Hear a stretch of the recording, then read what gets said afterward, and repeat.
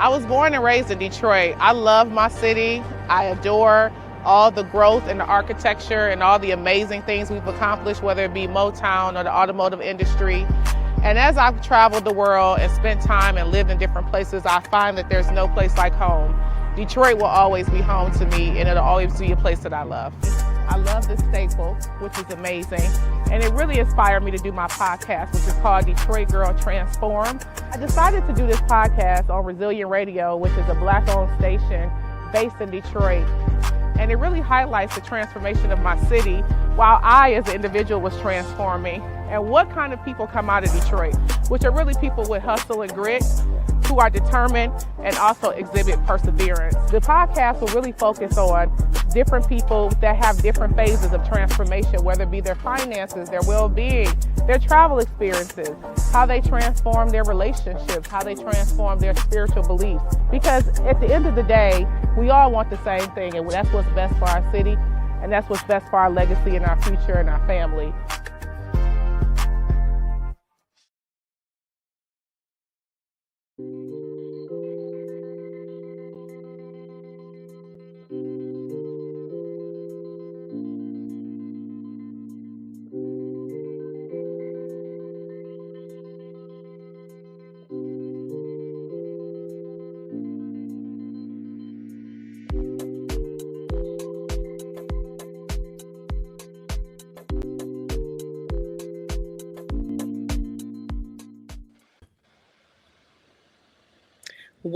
Welcome to another Transformation Tuesday. I am your host and your favorite transformation coach, Toni Carter. On tonight's episode of Detroit Girl Transform, I'm actually flipping the script. I'm going to have my girl Canithia, aka Shay, who's going to put me in the hot seat as I talk a little bit about my journey of resilience and transformation, and a little bit of what we call DGT Diaries. So I'm looking forward to tonight. Is really going to be a lot of fun. For those of you who missed, who didn't catch the last episode, Shay and I had a ball with our St. Patrick's Day diaries. And now we're going to get personal into some of the transitions that I've went through in the last year or so, which I think it would be crazy for me to be doing transformation and not talk about my own transformation journey that I'm still in, by the way. And so I'm excited to have my fellow Chicago Irish girl, Canithia, back to join us. Hey, Shay. Hey, girl. Hey. Hey. Thank you so much for having me back. Our St. Patrick's Day episode was a lot of fun. And I think this one is going to be better with you being in the hot seat. How do you feel about that? I'm ready for the smoke.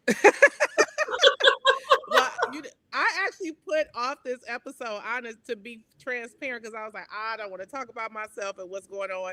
I love to hear everybody else's stories of transformation, but I think it's going to be important for me to identify with my guests and my audience and just talk about transformation for me personally and what that means. So I look forward to at least once every season being an actual guest and not the host. So I thought that you and I have known each other forever. I think it's been like almost 15, 20 years at this point. It's been almost 20 years. It's been a while. Yep. Yeah. So I thought you would be the best person to get me to dig deep and give some juicy gossip about what's going on in my life. Right. And so also because of, in our true fashion, we're going to have this conversation over caviar, and Shay has the caviar and some cocktails. Yes. So we are going to be kicking cocktails. Back. Yeah. Oh, yes. Yeah. So a little caviar and cocktails, and we're going to talk about it. Got a little blush wine. I know that wine looks so cute. I love a good wine. Oh, look at the caviar and chips. Oh. I know. It's a sturgeon caviar. Favorite way to have it with some chips, a little creme fraiche and chives. So I figured I needed I'm moving snack. to Phoenix. Listen, I haven't eaten the same since I left you. I would caviar you to death every week, okay? I know. We'd be like, oh, it's been a long day. Let's go out for caviar. Let's go out for caviar. Or you can make your famous jalapeno cheddar cornbread, and we can just throw some caviar on it. And that's all. And I haven't made that in a while. My jalapeno and cheddar cornbread is a staple. So you've inspired me. It's a little warm to make it now, but I might catch it on a nice cool day. Right. So, we're going to talk about just, would you say, Shay?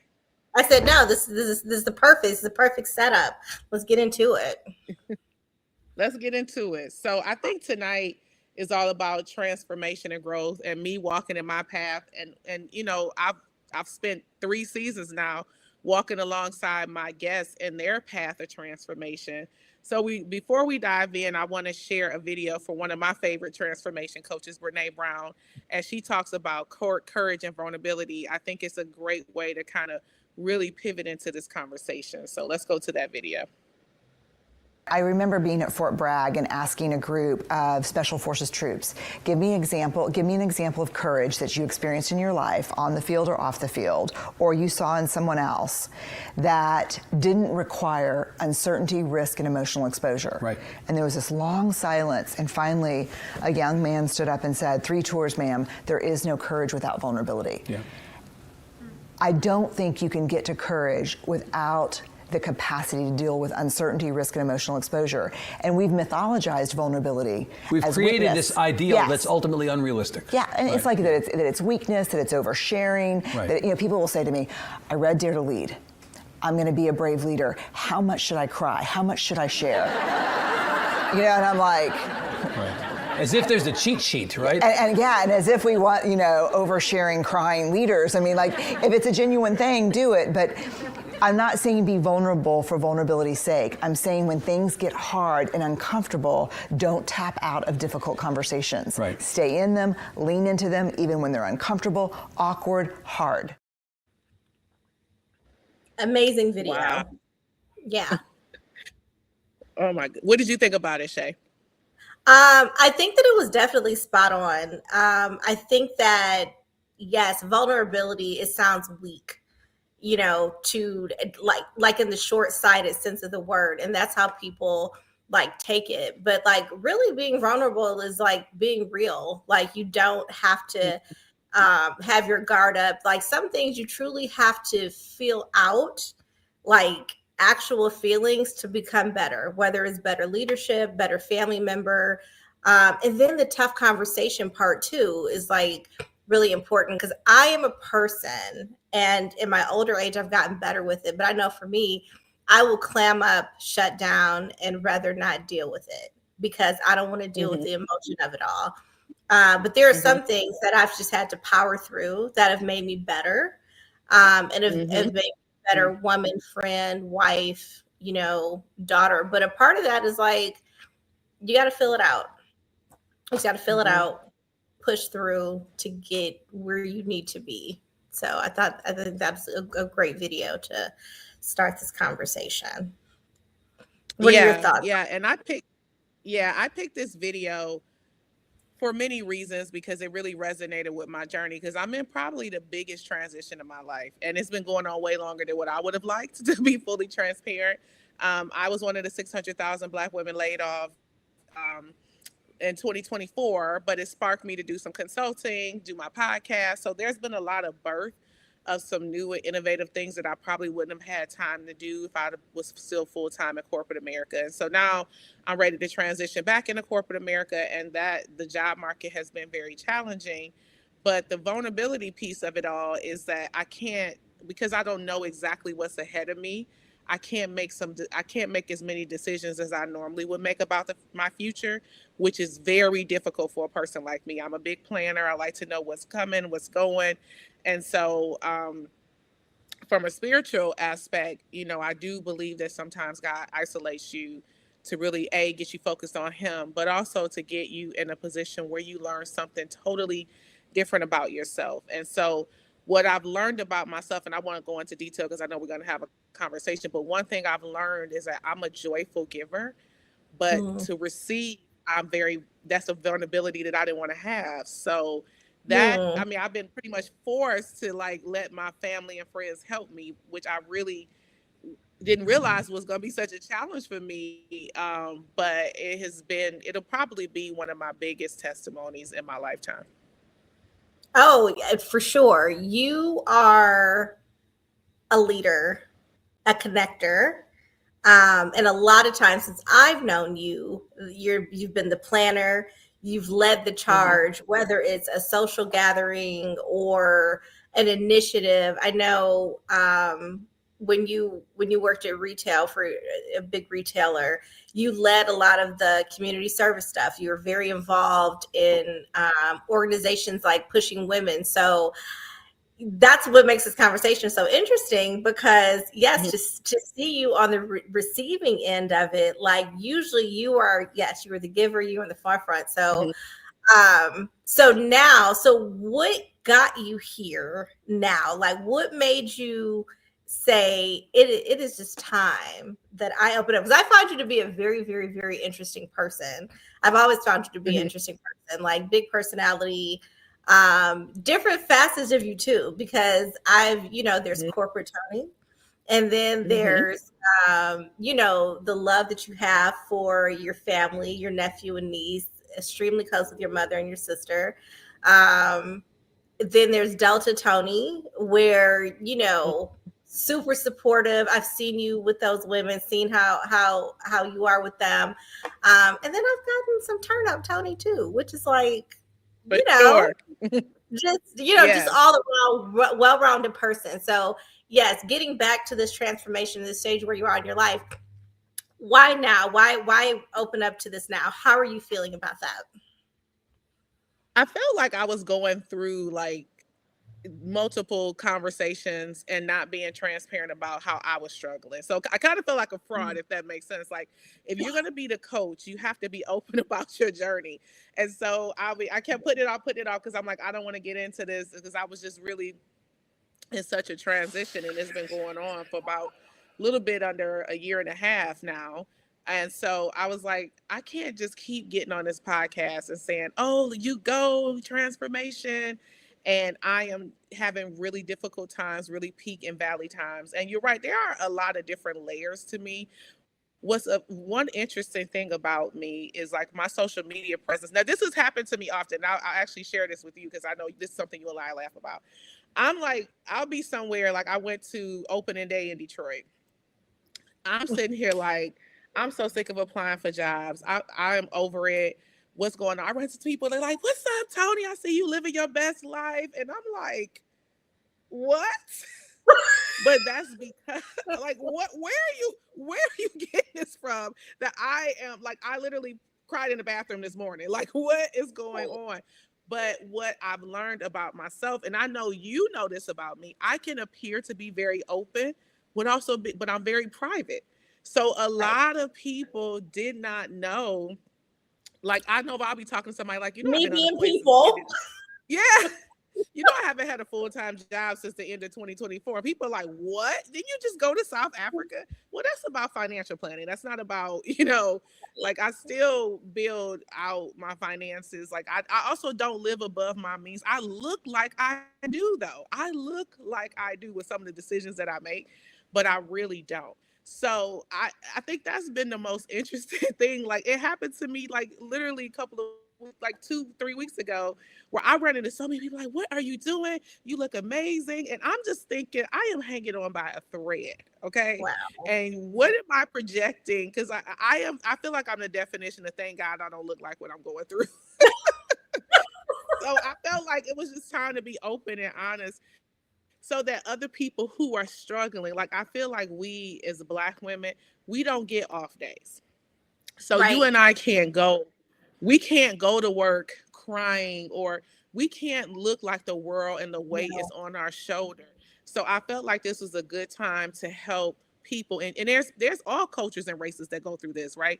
I could just say women in general, men have to lead their household and not look like they have the weight of the world on their shoulder. So I thought this would be something to help people who could be having a really difficult time of transition. And I really call it more of a time of transition, because it's more about the unknown than it is about being in crisis. You feel like you're in a crisis, but it's really just the unknown. Because if you think about it, you woke up this morning, I have a warm meal every day. I have a place to stay. Now, granted, I've stayed with my sorority sisters. This is where the Deltas come in. They like, as long as we got a home, you ain't ever got to worry about, because I don't want to sign a lease or stay anywhere, because I'm applying for jobs all over the U.S. So it just doesn't make sense for me to make that kind of transition. And I'm always in a comfortable location. Like, they also know my personality. Like, I got to sleep in my own king size bed. So Wherever Yep. I've went, my king size bed has went with me, and I am very blessed for that.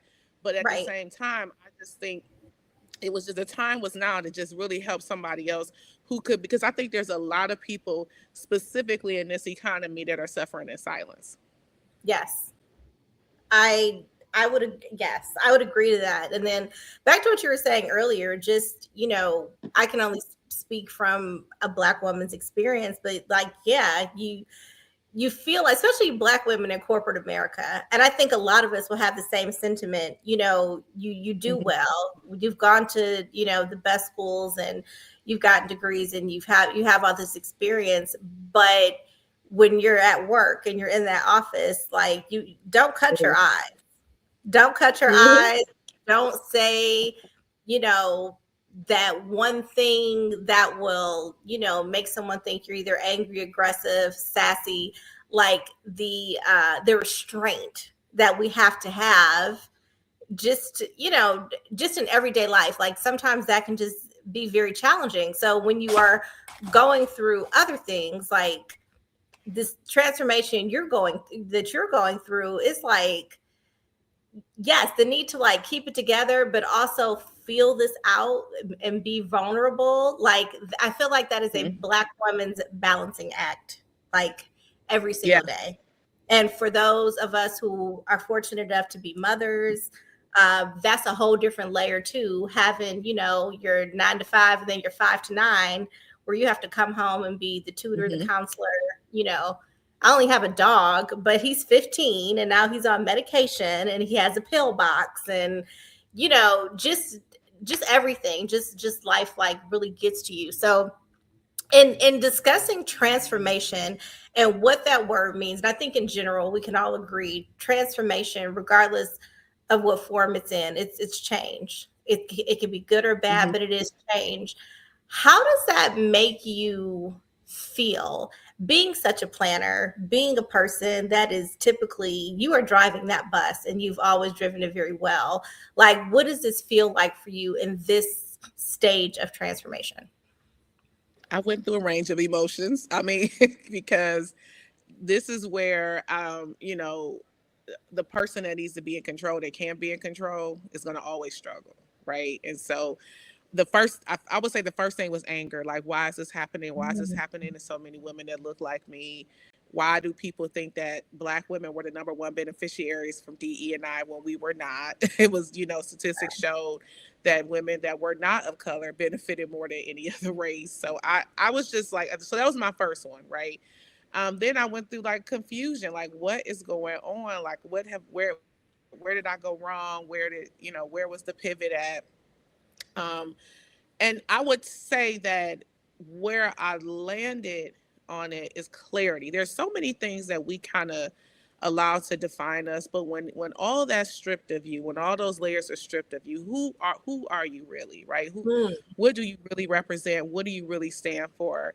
And for me, I am very clear that I'm not defined by any role in life, any position, any posturing.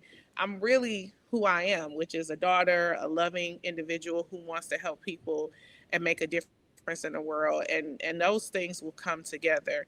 I think there's something powerful about learning to trust in God and not have Mm. control that will give you a peace of mind that you probably, I would have never gained this if I wasn't literally forced into it. I was Right. And so literally going to say that. Yep. Like, sometimes if you I don't was, prioritize, or they say you can volunteer, you can be voluntold. yeah, And sometimes I you was need to be volunteering. voluntold. Yep.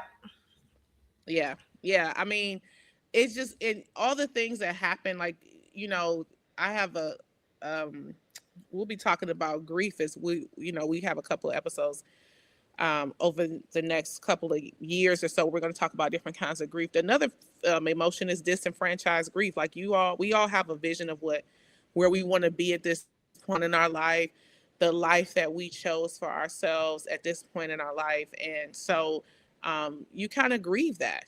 You grieve that visualization if you want to be a homeowner at this time and all these things, but then you kind of look back and those are kind of like things. Do you just want to be a good human?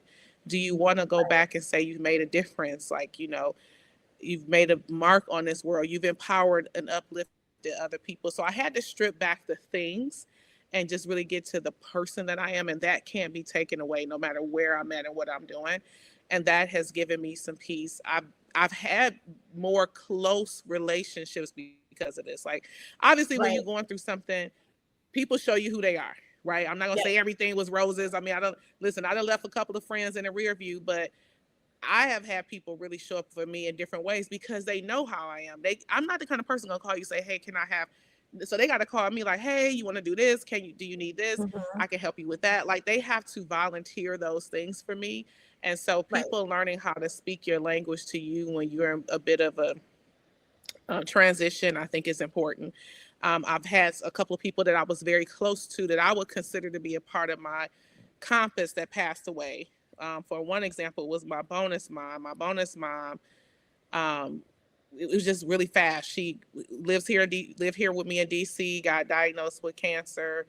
A couple months later, she was gone. That was horrible for me. Like, this is my emergency contact in DC. I just had a breakdown the other day because I'm in, I was in a car accident. I have a fractured shoulder. I don't wear my sling on my podcast. I have a pillow right here because I just can't handle being on TV in a sling. But I was like, they were calling me to set up my physical therapy and stuff. And they were like, oh, and they named her name. She's your emergency contact. And I broke down. Oh my gosh.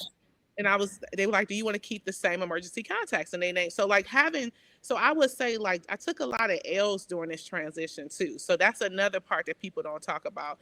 On top of the disenfranchised grief of the life you once had, you're actually grieving people that are like your village and your support system.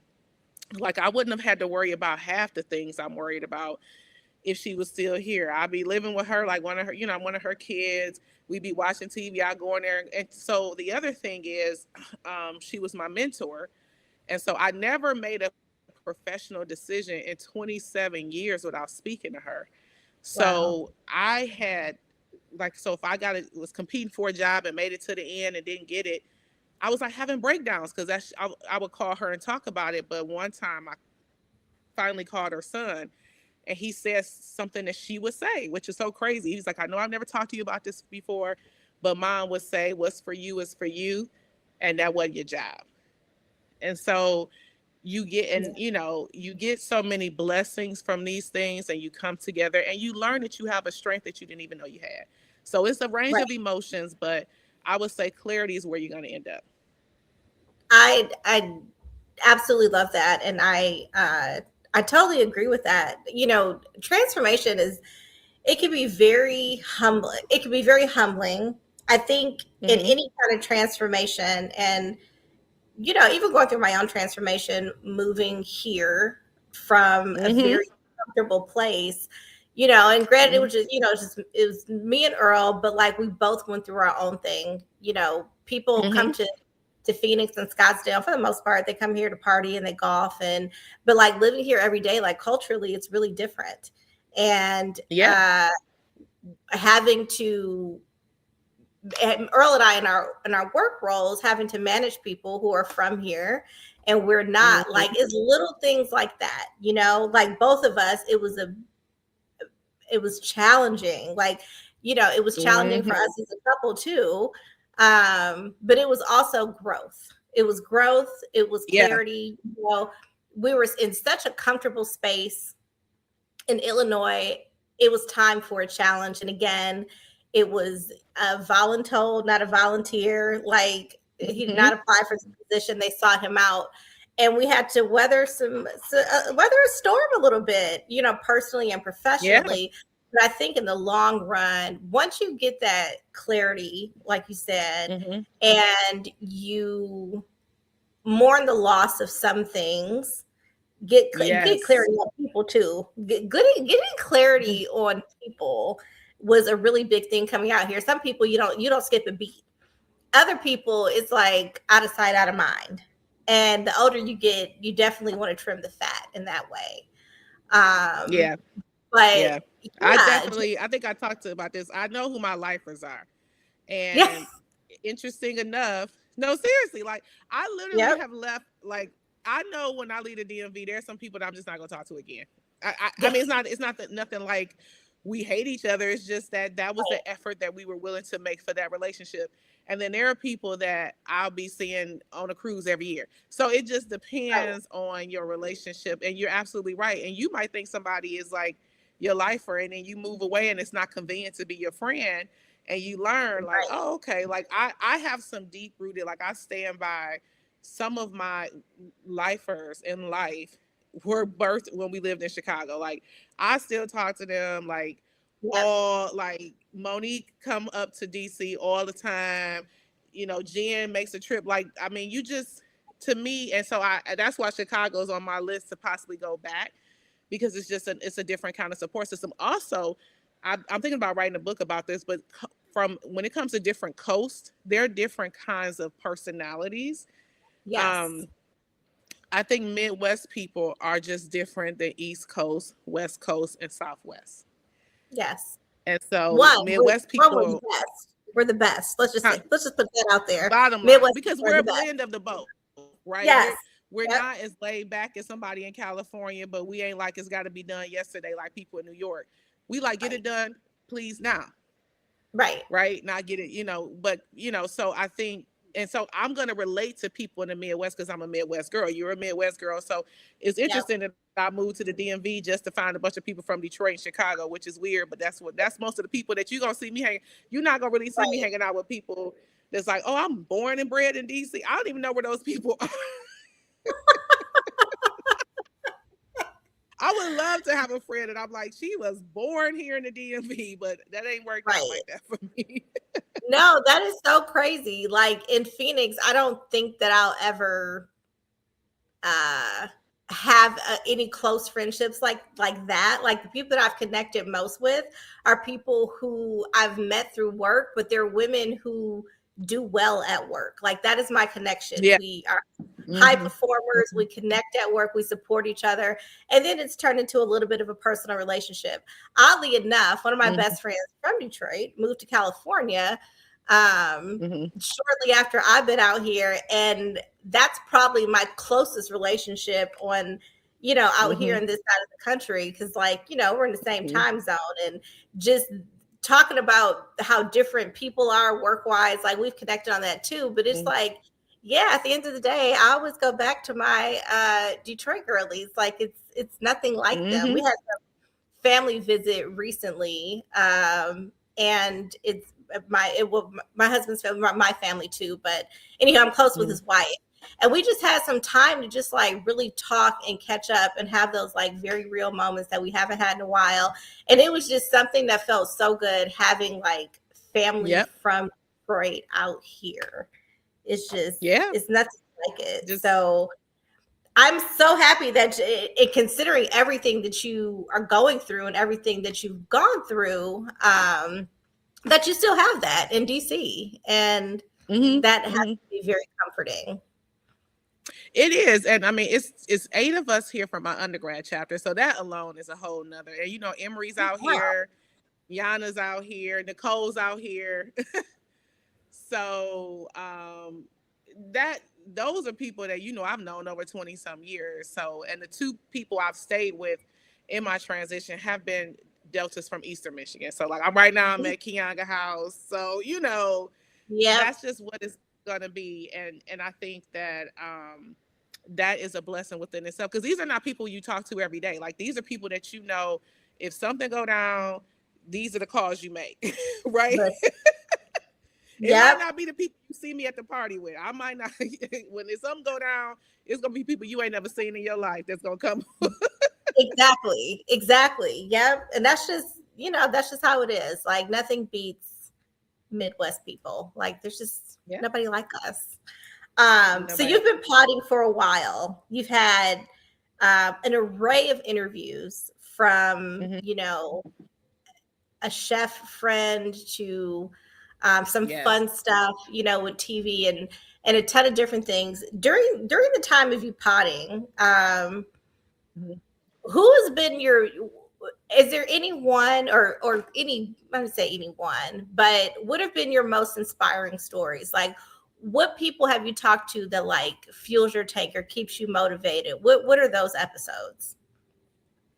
So, I know it's going to sound corny, but they all motivate me in different ways for different reasons. I would say some of my most memorable, like that I feel like I still have conversations about. Like I had a life coach on from Miraval, which by the way, I'll be coming back to Phoenix soon. Like one of my first gifts to myself is to go back to Miraval, and I'll be spending the weekend in Phoenix. But having that life coach on Michelle was just, transformative because we don't take enough good care of ourselves. And so that affirmation jar, I just think that it was something where we really need to learn how to slow down, to speed up. Another one I would definitely say that people always call me about is anything to do with culture enrichment, traveling to another country, having a different kind of experience. People just seem to gravitate to that. And then, I would say another episode that I saw where, it was just a lot of dialogue after the episode is when people just really dig deep into conversations about relocating, like what we've been talking about, going from one place to another.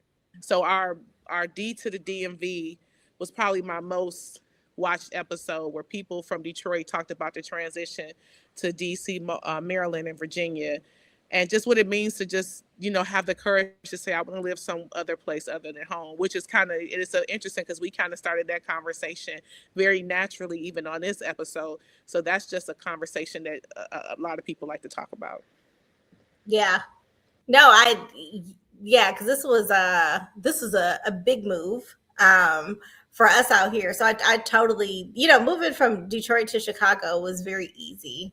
It's Midwest, it's a much more exciting city, but like a lot of it is still the same. The weather is the same for the most part. The people are the same. You just have better food, better shopping, some better things. But moving to the Southwest, it's not for me. It is. And I think people come out here on vacation and it's fun and it's sunny and it's like, palm trees and mountains and it's gorgeous. And those are the things that I absolutely love about it. But, the work ethic, they have that West Coast work ethic. That is something I pay attention to being in a management position. Like I have to manage people that you have to motivate and keep motivated. And, it's just a lot more, I'll get to it when I get to it. Yeah, I'll get to it when I get to it. Yeah, that's what I said. Yeah, I'll get to it when I get to it. I just think it's a difference. I mean, me moving to Charlotte and DC is very different than me moving to Chicago. Chicago was up the street. DC was a real, my first year, I didn't like it. I was like, they're so mean. They're so East Coast.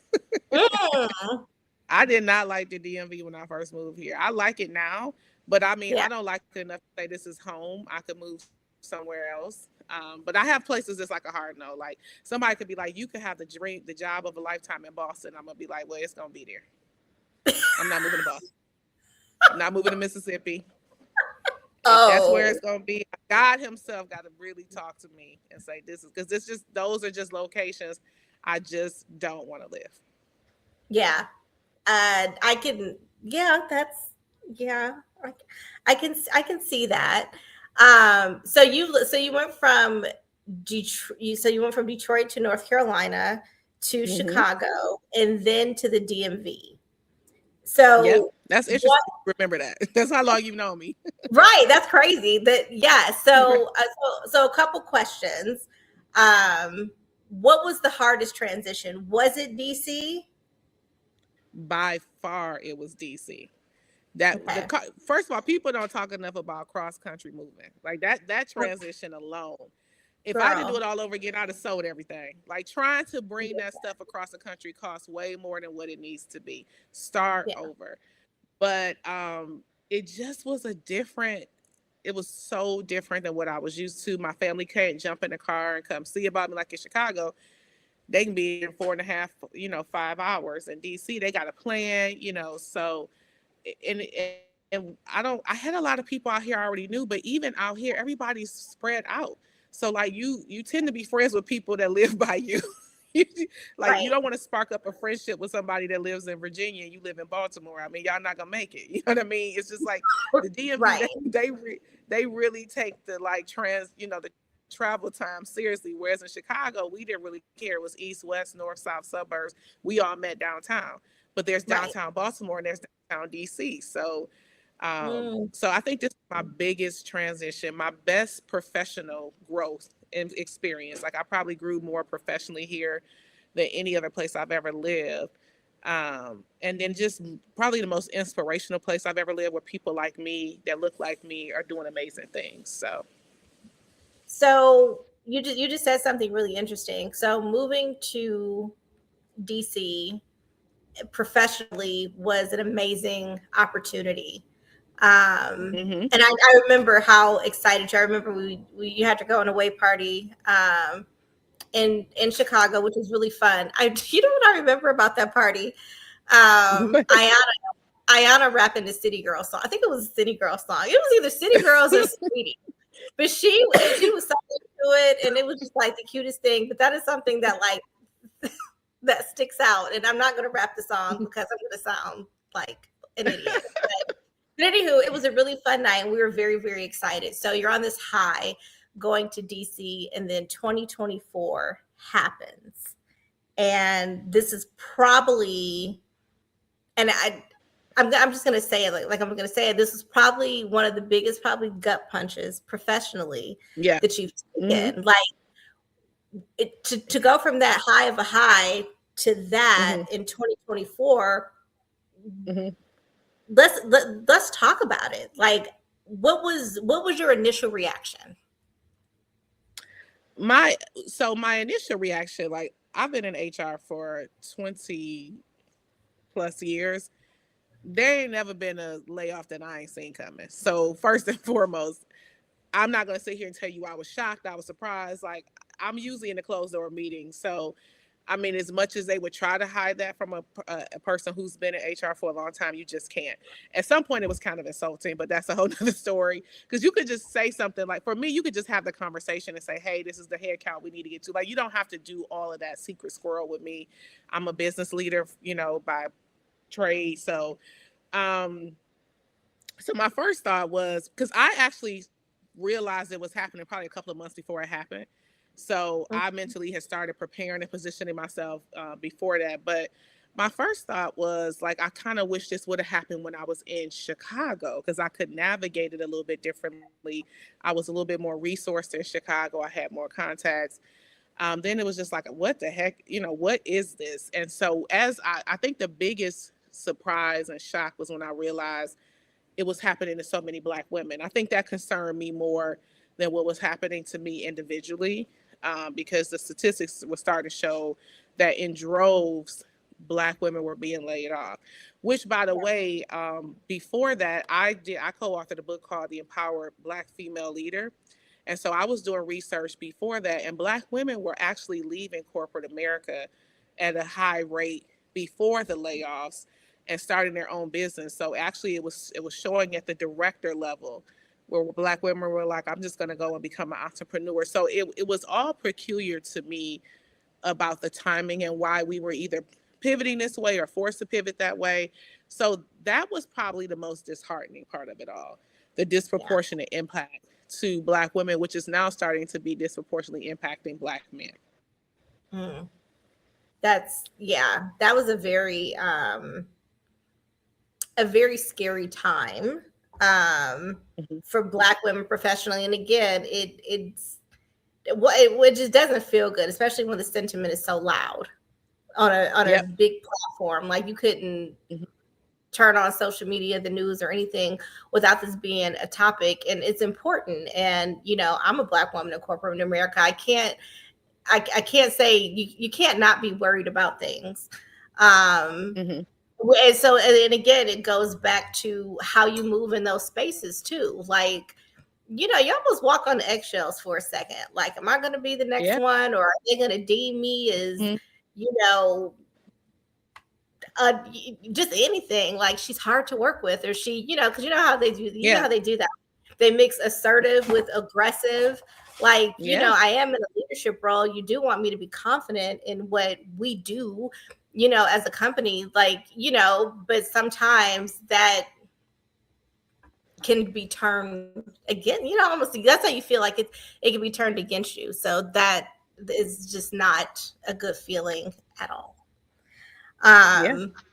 So professionally, so we talked about during this time your mentor passing away, which I remember when I saw that, I was like, wow, and at the time I saw that not knowing what you had going on behind the scenes. So now you're in a space where you're ready to go back into corporate America, and that there's an integral part of your professional life that you physically don't have. What is that Yes. It's unimaginable. I don't wish it on anybody, because I mean, if you've been getting advice from one person, like I have multiple mentors, so I definitely have multiple mentors. I'm very grateful, and I've been getting advice from them. But Kim was a part of my decision making body, right? So like we made the decisions together. So I just remind myself that she's still with me. And I mean, I could tell you she's been trying to quit me as a mentee for years. She's like, you don't need me. And I'm just like, what are you talking about? So I remember the first time she told me it was time for me to start mentoring other people. And I thought she was, not going to mentor me. I cried. I was like, no, I'm not ready. I'm not ready. So I just think it's more about me continuing to listen and have confidence in myself and my discernment and my inner voice, and know that that I have angels walking alongside of me to make those decisions. So I have a more of a peace about it now. So, but before I was just like, I don't think I can do this without her. Right. Yeah. So we're doing it together. She's my silent partner. So as a mentor to whether it's somebody that wants to do well in HR, or I would imagine there are probably people you mentor in Delta, or even your own family with your niece, because she's what, 13, 14 now? 13, she'll be 14. Yes, my youngest. I have a bunch of Right. nieces and nephews. My oldest one is You 36. do. Yes, you do. You do. A lot of So, nieces and nephews. so where does your where do you lead as a mentor now? Like what's your advice if you to your mentees? What are you leading with? I think, I really lead with bet on yourself. So that means invest in yourself, don't second guess yourself, be confident in yourself, empower yourself, like give yourself grace, give yourself compassion. So that's my universal advice, no matter what where you are in your career and what you're doing. Strategically, I talk to people about being intentional with their time, their effort, and leveraging their network, and understanding how to show up your authentic self. Because sometimes people get in these environments and feel like, oh, I want to mimic this individual who's an inspirational leader. I want to mimic, and it's okay to be inspired by the person, but really lean into your authentic self to move forward. I think mentoring is the best gift of all. Like, I'll never not be a student, and I'll never not take an opportunity to encourage and mentor somebody. Where does so you have your professional self, of course you have your personal self. Where does the priority go? Or is it even? What do you pour into when it comes to personal and professional? How do you balance that? So, how people always talk about, like, how do you balance, your work life and your personal life, work-life balance, right? Which don't exist, by the way. It just don't. What I tell people is you can have it all. It don't. You can have it all, just maybe not all at once. So, you have to prioritize. It might be a point in your life where right now I'm focused on being the best mom I can be, and positioning myself in roles where I can do that. And then 2 years from now, I'm really focused on progressing into the best professional role I want to be in. You can have it all. You may not have it all at once, and that's okay, because it's still, you've had it all. So I think the balance depends on what your priorities are at the time. If your kids are a lot younger, that's different than kids being in high school, because what you don't want to do is completely throw yourselves into being a mother that when it's time for the kids to go and the birdie's got to fly, you don't know Right. who you are because you have completely immersed yourself into the lives of little humans, which is, by the way, nothing's wrong with that. But I Right. think balancing your priorities and being okay with shifting and evolving your priorities. At some Yeah. point, your marriage got to be a priority. Right. At some point, your career has to be a priority if you have certain goals you want to meet by a certain period of time. So I just think, your finances have to be a priority if you have a certain retirement date.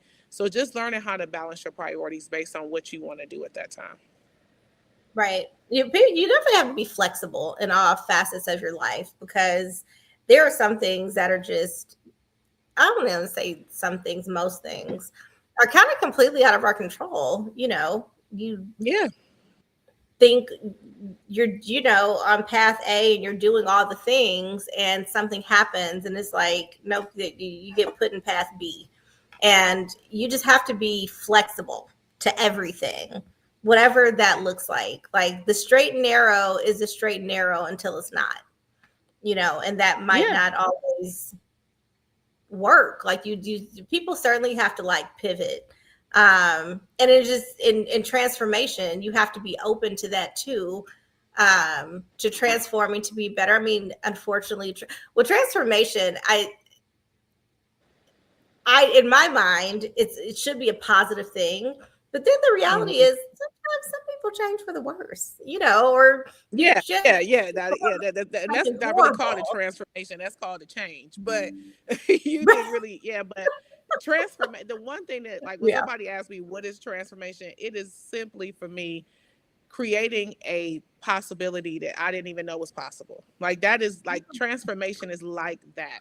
Like you didn't even know that was possible. That wasn't on your radar. Like 5 years ago, if somebody would have told me I would be a podcaster, I'd be a co-author, I'd be someone who I consider myself a journalist now, right? I'd be like, no, I'm just going to be an HR, guru. So that's what transformation is about. Like going into something that you could, creating a future that you didn't even know could exist. Right. I love that. So I feel like let's talk about how much you've opened up about this, because up until a couple months ago, I had no idea that you were going through this. And, regardless of how often we may or may not see each other or like talk all the time, like we truly do not skip a beat. Like talking to you it feels good. I'm glad that you were able to share this with me.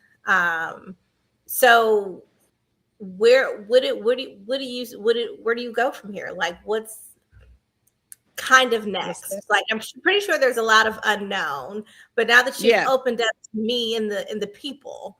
Now the world, right. Right. What's next? Well, I think I'll definitely continue some form of communicating it from a media perspective, like whether it be podcasting or doing it, whatever that looks like. That's just going to be a part of my time for the next few years, and maybe even be a part of my retirement plan, because it's just a lot of fun reaching the platforms where you can talk to people in different channels, whether it be blogging, it could be doing another book, it could be a lot of different things. As far as professionally, I'm open to different locations in the country. I'm open to different roles. Definitely want to still stick with except Mississippi and Boston. And I'm not trying to offend nobody from Boston, Mississippi. I'm just saying that's not where I want to live. But right. Or the Dakotas. Can you imagine if you had an amazing I don't even want to. In the Dakotas? No, nobody would visit me. Like, I remember my cousin Lolly will tell you this, when she was working in Iowa. I was like, girl, I ain't never coming out there. And she just started laughing because I wasn't going to be one of those people. I'm like, oh, come visit. I'm very honest with people. I'm like, right. I'll see you on vacation or something. We'll meet in Jamaica. Exactly, because it's like, what are we going to do? I don't know. The Dakotas, once you see Mount Rushmore, it's like, okay. Yeah. But, there are people that love it. And that's what I'm saying. It's a location for everybody. Right. So I would just say for me, I definitely want to focus on something with HR transformation. That's like a passion of mine. So any company that's going through some kind of growth or transformation where they want to redesign or reimagine what the future looks like in the future state of work, that's a passion of mine. I'm very transparent in my interviews. If you're like, you got to do 100% employee investigations, that's not my ministry. That's not my journey. I've done that. I know how to do it. I can do it, but it's a full-time job. Investigating people is just not my passion. Ugh. So I'm still, even with this journey, still being intentional about what roles I look at, what I apply for, because I still want it to be something that intersects my passion and purpose. So Of course. So let's get into some just some. We're gonna pivot a little bit just to some fun stuff. What are you? yeah. Is there anything just short term fun stuff? What are you looking for? I mean, what are you looking forward to in 2026? What do you have coming up? So I'm obsessed with travel. Everybody knows that. Like, I literally work to pay my travel bills. I'm looking forward to hopefully getting on this Ghana trip. If I can get a little island trip in between. A group of us, I think I sent you the information. A group of us are going to the islands next March. We hitting Barbados and all that. So travel. So travel time with my god kids and my nieces and nephews. You know, Pumpkin's daughter Logan has really made it a point to remind me that she hasn't seen me in a while. So just spending time with the babies. Yes. I'm going to visit Logan and my godson for sure in Savannah. And I'll let you know, but I'm definitely going to hit up Vegas before the end of the year. You know, my cousin and one of my close friends is out. So you can meet me on the West. I always reach out to my West Coast gangsters when I'm on the West Coast. Yes. No, I was telling somebody recently, like, and I know people like hate Vegas. People are like, oh, I've been there so many times. Like, I am one of those people. Vegas is fantasy land. I want to leave behind work in corporate America and responsibilities. And I want to go to Vegas and do exactly what I want to do. Like, I want to eat and I want to indulge in whatever it is. And then I'll go back to real life. And I just need like 2 days, just 2 days. Yeah, I don't have to be in Vegas. Like, I'll stay in Vegas for a long time because, like I said, I have cousins out there and a close friend of mine. But, like, I don't have to be on the strip for a week, right? So, like, I'll check out of the strip and go stay with them. There's nothing I need to do on the strip for a week. And I play blackjack. You know, I'm a very organized and responsible gambler. Okay. Okay. I'll play some Wheel of Fortune slots, but that's about it. I hate the slot machine. What is it spitting out? Like, I mean, people love the slots. I'm over here playing roulette. I need to know what's going on. Again, but this is me working on my control, right? I'm trying to control at the casino. But with Vegas, I don't have to go to all the. I like the shows. They have really good shows. Now they have a lot of good concerts. Yes, that Jeezy concert was insane. So, and then sometimes I go during fight weekend. I don't know if you've ever been to Vegas during fight weekend. I like fall in love for 3 days and then I go home. So. Now, the last time we went for Thanksgiving, and it was actually wonderful. We had a really, really, really good time. Like, it was super duper chill. And then I have family there as well. Spent Thanksgiving with family. The day after Thanksgiving, I walked out of the hotel room and it was like 1 million more people in Vegas. So I guess people were probably for the weekend. I'm like, where did everybody come from? It was so stressful. Well, they said Thanksgiving is family day. Now it's time to turn up on the day after. That's exactly what happened, because that Friday I was like, whoa, like, this is a lot. They said lights, camera, action. Right, exactly. Well, that's my thing. I started spending holidays. I'm like, I love y'all, Detroit people. I love my home, but I pick one between Thanksgiving and Christmas. I go somewhere warm. So this year I took my godson to Disney for Christmas. Oh, wonderful. Yeah. So next year, the year before that, we were in South Africa for Thanksgiving, which was absolutely beautiful. Wow. I remember those photos. Do you have any Detroit trips planned? Well, you know, I was there for Easter. Somebody ran a red light and hit me, so I don't know if I'm coming. Okay, so I think you're done with Detroit for the year. Let's try 2027. We'll revisit Detroit. No, I'm kidding. I'm going there for 4th of July weekend. That's where I'm going to see Chris Brown and Usher. Oh, wonderful! I bought my ticket as well. I will see them, and they're not coming here to the end of September in Phoenix. So, you know, I'm into going to concerts by myself now. So I bought me. Really? Girl, I went to see. Remember that Beyonce concert we went to? We did. It was the day. I do not remember the actual day. It was December 13th. It was super snowy. And I only remember that day because that was the day she dropped that surprise album. It was like the morning. That's why we'll never forget. We were a part of history that day. And I told you guys I felt it. Exactly. She really did that for us. She did it for us because she knew we were coming to see her. So I was like, I feel it, guys. I feel like this is the time. Yeah. And we also went to see On the Run together. We did go see On the Run together at Soldier Field. You know what? I was talking to somebody about concerts the other day, and I was like, I think I've seen Jay-Z and Beyonce together. And I did. I did see them. Yes. Yeah, so I went, what was it? Two weeks ago, I went to go see Bruno Mars by myself. And it was so much fun. Oh my gosh. I would go see him again. If he did another Vegas residency, I would go see him again. So when that Chris Brown and Usher ticket dropped, I was like, you know what? I'm going to get the exact seat that I want, and I'm going to go. And if I run into somebody I know, great. But if not, that's fine too. I just like to be on my own time. I don't want to coordinate with nobody. Well, that's such a vibe. I love that for you. Yes, thank you. I love that for me too. So,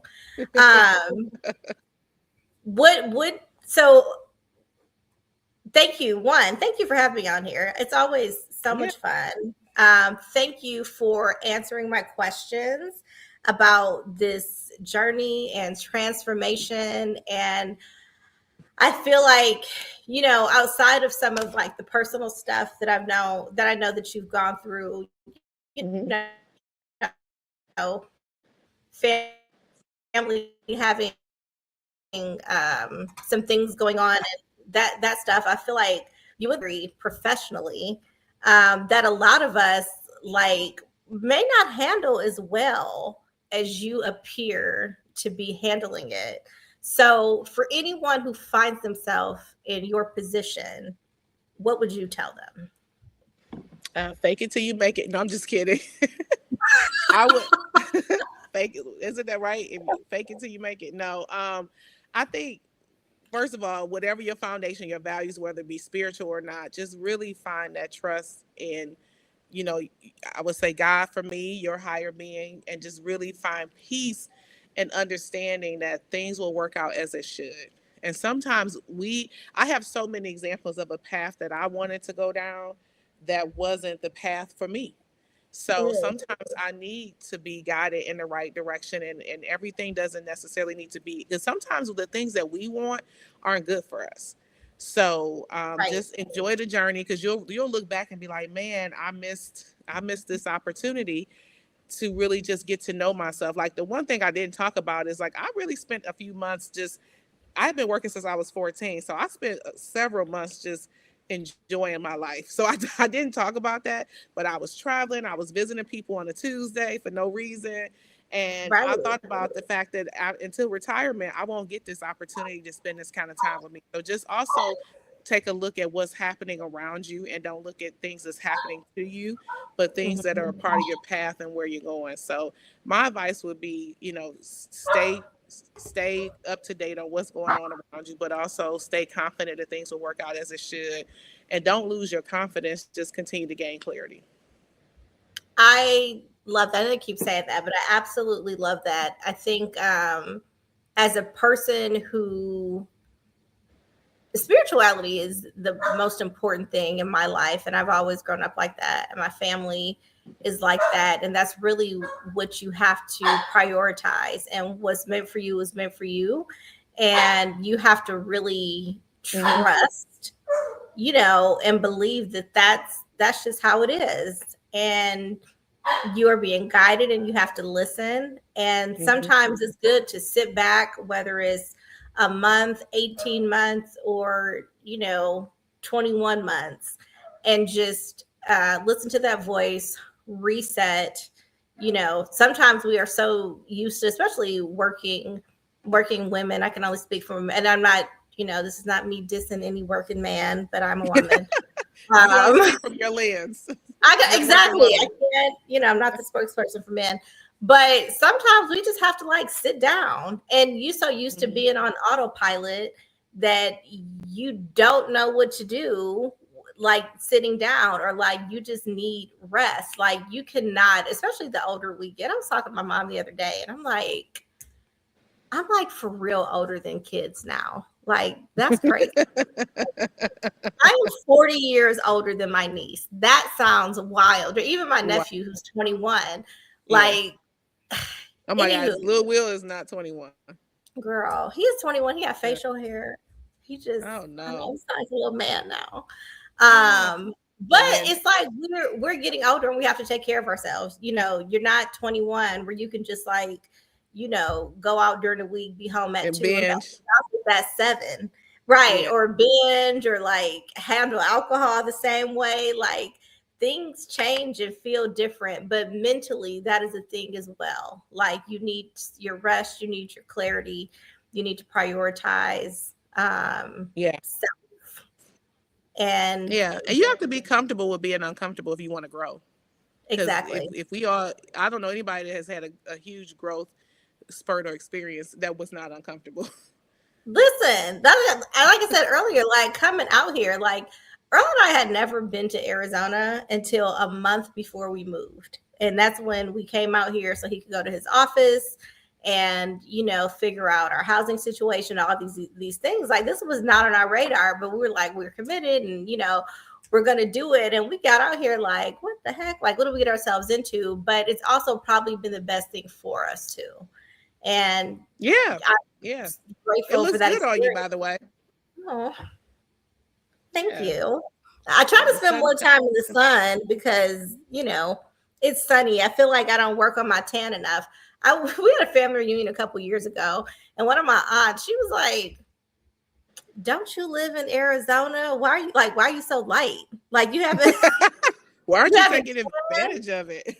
Right. She was like, you know, what kind of SPF you using? Like you just, you know, you don't sit outside. It might be too strong. It's too strong. Right. Like exactly. Like stop using that 70. Bring it down to a 25 so you can get some color or something. Yeah, you taking it too far. But yes, but I, you know, professionally, personally, you know, have gone through things since I've been out here. You know, family dynamics have changed, you know, work dynamics have changed in some way, like I've changed. But you're right. And a lot of it was really, really, really uncomfortable. But I think that I am better for it. And I don't take anything for granted, and just staying super humble and super grateful for just even the opportunity to change and to grow and to transform into something. Everybody doesn't have the opportunity to even do that, like physically, or even like mentally too. People who just can't move past whatever that thing is, that is something kind of sad, you know, to see. But again, makes me super grateful for all the things, good and bad. So, all right. Well, this was fun. This was a fun. Girl chat. I know, a little girl chat, a little wine. I still have little caviar.